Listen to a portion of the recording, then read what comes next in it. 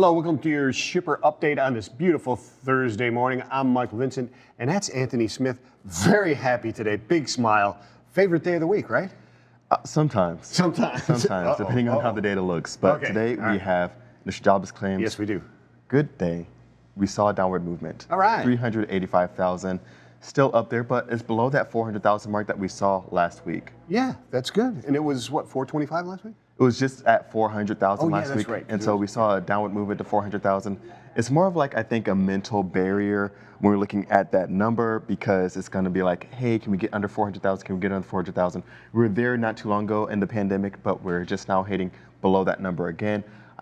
Hopefully, this kind of eases that stall and we kind of keep hitting these downward movements again and keep hitting these pandemic lows. Yeah, it's interesting because it's not just in this data where we seem to be seeing these stalls. You see it in OTVI, you see it in OTRI, you see it in air cargo. We're just talking to Eric Coolish about, capacity coming back, and now Delta variant, and it's kind of it's kind of stalled out stuttering right now. It's across the board, and there's interesting things happening. So for shippers, of course, care about it because they're going to need more workers, more people, and those facilities, more additional hands on staff. But we're looking at across the board, even at the service side, the ADP openings report just came out not too long ago, and it showed that services, of course, is hot, hospitality, things like that. These are areas that are all hiring. The other big part that we're seeing is, interesting enough, because there has been such restrictive flights, international individuals that usually come here to work over the summer are not here. So that's putting another strain on a lot of these services and hospitality areas as well. So we're seeing a lot of need there, a lot of just a huge hole, a huge void that's not being filled. So that's going to be more on the services side. But as it pertains to freight, these shippers are still going to be needing hands because we're looking at manufacturing, we're looking at production. There's still a ton of backlog really building up. There's still a lot of unfilled orders. There's still a lot of new orders still coming in. So these shippers, these producers are still going to need these people on deck, really ready to get into these workforce.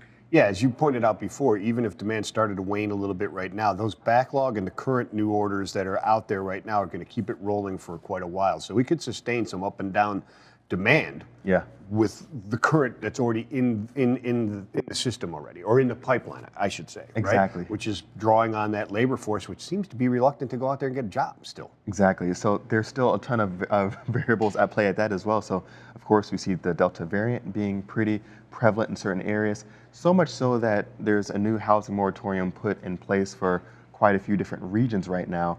So when we're looking at what that role of the Delta variant is going to play, that's also going to potentially put some more stagnation here as it comes to initial jobs claims or more individuals entering the employment market.